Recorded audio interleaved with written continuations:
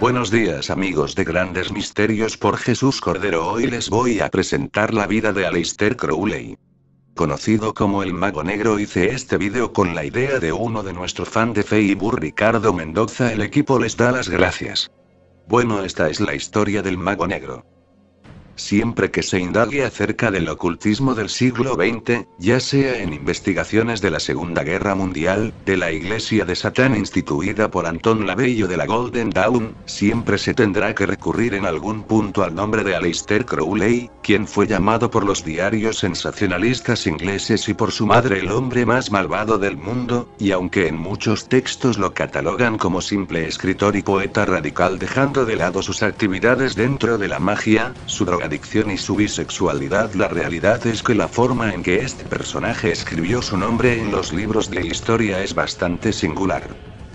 Juventud de Aleister Crowley. Edward Alexander Crowley nació el 12 de octubre de 1875 en Leamington, Warwickshire, Inglaterra. Hijo de un rico cervecero galés, a corta edad fue huérfano y heredero de una vasta fortuna. Consecuencia de esto fue criado por dos tías solteras en un ambiente extremadamente puritano y severo, ya que pertenecían, al igual que sus padres, a los hermanos Plymouth, una secta evangélica, conservadora y puritana. Resulta claro que Aleister Crowley se sentía a disgusto al crecer en un ambiente tan controlado como el que tenía con los hermanos Plymouth, al contrastarlo con su futuro comportamiento desenfrenado y sin límites. Aleister Crowley estudió en Cambridge, pero nunca llegó a graduarse de ahí. Sin embargo, pudo sentirse libre por primera vez en su vida y comenzó su tarea de escritor y poeta. Se dice que también fue ahí donde Aleister Crowley comenzó a rebelarse y se declaró como acérrimo enemigo de la Iglesia cristiana, anteponiendo a la magia como un mejor medio de alcanzar la realización espiritual. Además, expresó su odio hacia sus padres, a los que siempre quiso hacerles daño, por lo que no es de extrañar que su propia madre le llegara a llamar la bestia por obvias connotaciones. Aleister Crowley y su papel en la magia. El interés de Aleister Crowley por lo oculto comenzó al leer al autor Karl von Eckartshausen, cuyo libro La Nupe sobre el santuario lo impactó notablemente, al hablar de una supuesta hermandad de adeptos que trabajan por el bienestar de la humanidad. Aleister Crowley llamó iluminismo científico al sistema que desarrolló para la AIA. Astrum Argentum, y cuyo lema es el método de la ciencia, el objetivo de la religión, en el cual, según Aleister Crowley, si se interpreta correctamente, está expresado todo. Para difundir su mensaje publicó una serie de revistas llamada El Equinoccio de Equinox. Aleister Crowley sugirió a Winston Churchill, el feroz líder británico que dirigiría las fuerzas inglesas en la Segunda Guerra Mundial, que usara el signo de la victoria, el famoso thumbs up, cuando se levanta el dedo pulgar para expresar una afirmación o victoria que a menudo usaba y que les haría ganar la guerra. Asimismo, publicó un pequeño panfleto que contiene poemas relacionados con el tema, titulado Thumbs Up a Pentagram, a Pentacle to Windward, para que también lo usaran los soldados. Dentro de las asociaciones ocultistas a las que Aleister Crowley se cuenta la Golden Dawn, donde después de escalar rápidamente los niveles inferiores tuvo altercados con otros miembros de la misma orden, como William Butler Yeats y SLMC Gregor Matters. Fue en la Golden Dawn donde Aleister Crowley comienza a practicar los rituales mágicos, guiado por una traducción de Samuel Liddell Matters de un manuscrito del siglo XV, llamado el Libro de la Magia Sagrada de Abraham Elin el Mago. Aleister Crowley fue rápidamente expulsado de la Golden Dawn y fundó después la AIA. Astrum Argentum, llegando también a ser personaje importante de la Otto Ordo Templi Orientis, así como de otras muchas sociedades ocultistas. Aleister Crowley y el Palacio de Boleskine. Después, Aleister Crowley se retiró a Escocia, donde compró una casa a orillas del lago Ness a la que llamó Palacio de Boleskine, y de acuerdo a la tradición escocesa se hizo llamar la terrateniente de Boleskine y Abertarth. Años más tarde, Jimmy Page del grupo Led Zeppelin compraría la misma casa en que habitó Aleister Crowley. Aleister Crowley y la magia negra. A Aleister Crowley le gustaba cambiarse el nombre continuamente, y es por ello a lo largo de su vida fue conocido con sobrenombres como la Bestia 666, Master Terion, Perdurabo el que permanecerá, Conde Vladimir Svarev, Príncipe Chioa Khan, Baphomet, Lord Boleskine, etc. Sin embargo, en cuanto a las acusaciones en su contra de practicar la magia negra y practicar la misa negra, Aleister Crowley dijo en una declaración dada al diario inglés London Sunday Dispatch lo siguiente: disfrutaba el cambiarse de nombre. Se hacía llamar entre otros Conde Vladimir Svarev, Master Terion, Príncipe Chioa Khan, Baphomet o Lord Boleskine. Para practicar magia negra tienes que violar todo principio de la ciencia, decencia, e inteligencia. Debes estar obsesionado con una idea demente de la importancia del mezquino objeto de tus detestables y egoístas deseos. Se me ha acusado de ser mago negro. No se ha hecho jamás afirmación más tonta sobre mí. La misa negra es un asunto totalmente diferente. Yo no podría celebrarla aunque quisiera, porque no soy un sacerdote consagrado de la Iglesia cristiana. El celebrante debe ser un sacerdote, porque toda la idea de la práctica es profanar el sacramento de la Eucaristía. Por consiguiente, debes creer en la verdad del culto y la eficacia de su ritual. No obstante, también se sabe que la personalidad de Aleister Crowley era la de un tipo muy hablador e irresponsable, que en ocasiones decía cosas por decirlas sin tomarse las cosas demasiado en serio, lo cual se observa en su comportamiento en ocasiones contradictorio, como cuando durante la Primera Guerra Mundial se decía estar de parte de los alemanes y que incluso sugería que Inglaterra debería de repartirse entre las dos potencias Francia y Alemania, mientras que durante la Segunda Guerra Mundial se mostraba abiertamente a favor de Inglaterra. De esta manera nos encontramos con que un miembro de la Golden Dawn, Yeats, comentará en una carta dirigida a un amigo que Crowley ha estado haciendo imágenes de cera de todos nosotros y clavando alfileres en ellas, lo cual es una práctica de magia negra que contradice sus declaraciones. Durante su estancia en Estados Unidos, después de la Primera Guerra Mundial, Aleister Crowley estableció diversas relaciones con personas de distintas orientaciones sexuales con el objeto de reforzar sus rituales mágicos. Fue aquí donde conoció a Leah Irving, quien perteneció al grupo de las Mujeres Escarlata. Las otras actividades de Aleister Crowley no solo dedicó su vida al estudio, práctica y divulgación de la magia, sino que también se dedicó a muchas otras actividades que podía desempeñar gracias a la fortuna que le habían dejado sus padres. Aleister Crowley era un jugador experto de ajedrez y practicaba también el alpinismo, llegando incluso a participar en expediciones pioneras en su tiempo, como la expedición liderada por Oscar Kenstein al segundo pico más alto del mundo, después del Everest del K2, en la India, con 8.611 metros de altura.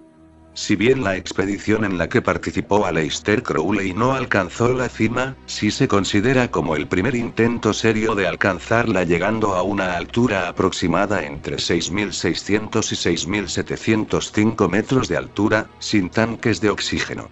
También se dice que Aleister Crowley practicaba el ciclismo y el piragüismo, entre otras disciplinas deportivas, además de ser un viajero que recorrió el mundo residiendo en los más variados lugares como Londres, Foyers, París, Nueva York, El Cairo y Cefalú, y recorrió China, India, Ceilán, Birmania, Marruecos, Argelia, Túnez, Egipto, España, Francia, Italia, Suiza, México, Canadá, etc.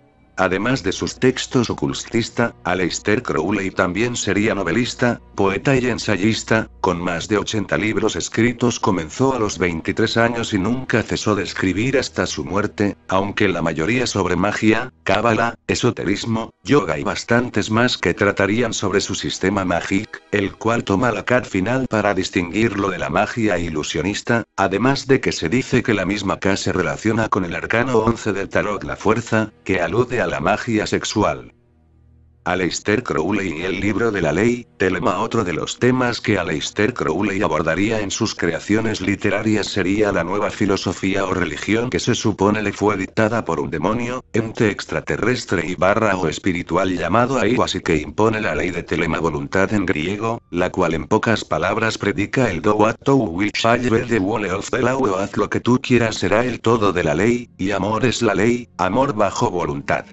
la cual en sí es una ley maligna pues carece de criterios y valores, y conduce a la irresponsabilidad de los actos y que fue la antecesora del movimiento hippie de los 70s que se caracterizó por la libertad sexual y el uso y abuso de las drogas. La historia del libro de la ley comienza cuando Aleister Crowley se casa con Rose Kelly, hija de un reconocido pintor retratista.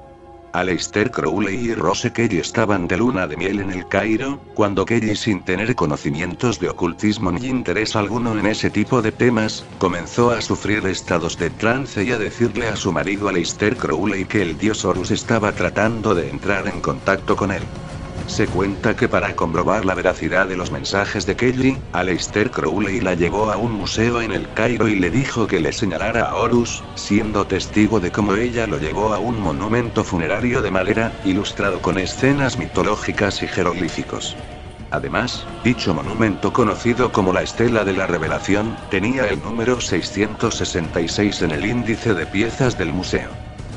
Después, los días 8, 9 y 10 de abril, cuyos días sumados dan 9, 8 más 9 más 10 igual 27. 2 más 7 igual 9, el cual según la numerología se considera el número para invocar al demonio de 1904, entre las 12:00 pm y la 1:00 pm. Aleister Crowley recibió de una entidad desencarnada llamada Aiwass o Aiwass un capítulo por día, realizando el libro de la ley o Liber Legis, donde expone la ley de Telema y el cual consta de 220 versos. Pronto la ley de Telema se convertiría en una nueva religión y ganaría adeptos a lo largo y ancho del mundo. En relación a el Liber Legis, un biógrafo escribe en comparación con otros textos del mundo de la religión, se trata de un libro corto y establece una ley simple, la ley de Telema.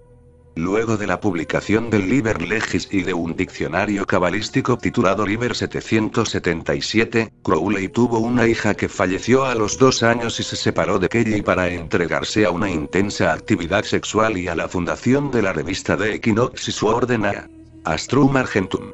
El Liber Legis supone la ley de Telema para el nuevo eón de Horus, que se dice que comenzó en 1904 con la recepción del texto, reemplazando al eón de Osiris.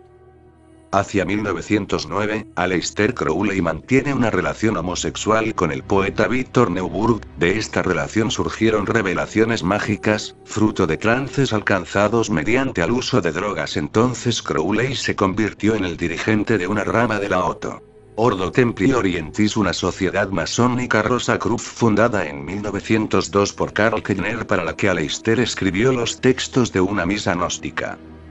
Aleister Crowley en Sicilia. Más tarde Aleister Crowley fundaría la abadía de Telema en la población de Cefalù en Sicilia. Permaneció en una casa junto a varios de sus seguidores hasta que fue expulsado de Italia por el gobierno de Benito Mussolini, debido a la muerte de Raoul Loveday por presunta intoxicación con sustancias alucinógenas, además de que se creía que era un espía británico, creencia que Aleister Crowley no desmintió. Se dice que durante esta estancia en Sicilia, Aleister Crowley junto con un par de devotas y un pequeño grupo organizaba orgías diariamente con el objeto de potenciar ciertos rituales mágicos, y era frecuente la presencia de sus amantes en las salas de emergencia de la localidad, así como las desapariciones de mujeres. El fin de Aleister Crowley. Al final de su vida, Aleister Crowley estaba en bancarrota. Murió en una casa de huéspedes en Hastings, Sussex, Inglaterra, el 1 de diciembre de 1947, atacado por el asma que padecería a lo largo de gran parte de su vida, intensificándose en sus últimos años, en los cuales se había dedicado a la publicación de sus libros y a soñar con el establecimiento de la ley de Telema en el mundo. En la ceremonia de incineración a la que acudieron algunos discípulos y amigos, se leyeron versos de los textos de Telema, del Liber Legis y también de su himno a Pan. Según la enfermera que acompañaba a Aleister Crowley en su lecho de muerte, sus últimas palabras fueron: a veces me odio a mí mismo. La influencia de Aleister Crowley y la figura de Aleister Crowley ha sido retomada por múltiples figuras del medio artístico, tales como John Lennon, quien pondría el rostro de Aleister Crowley como uno de tantos en la portada del álbum Sgt. Pepper's Lonely Hearts Club Band, de los Beatles. Jimmy Page, el guitarrista de Led Zeppelin, compró Moleskine House, la casa que habitó Aleister Crowley durante algún tiempo. Para las sociedades satánicas la figura de Aleister Crowley significó un avance en influencia, concretándose en la iglesia de Satán que estableció Anton LaVey en California.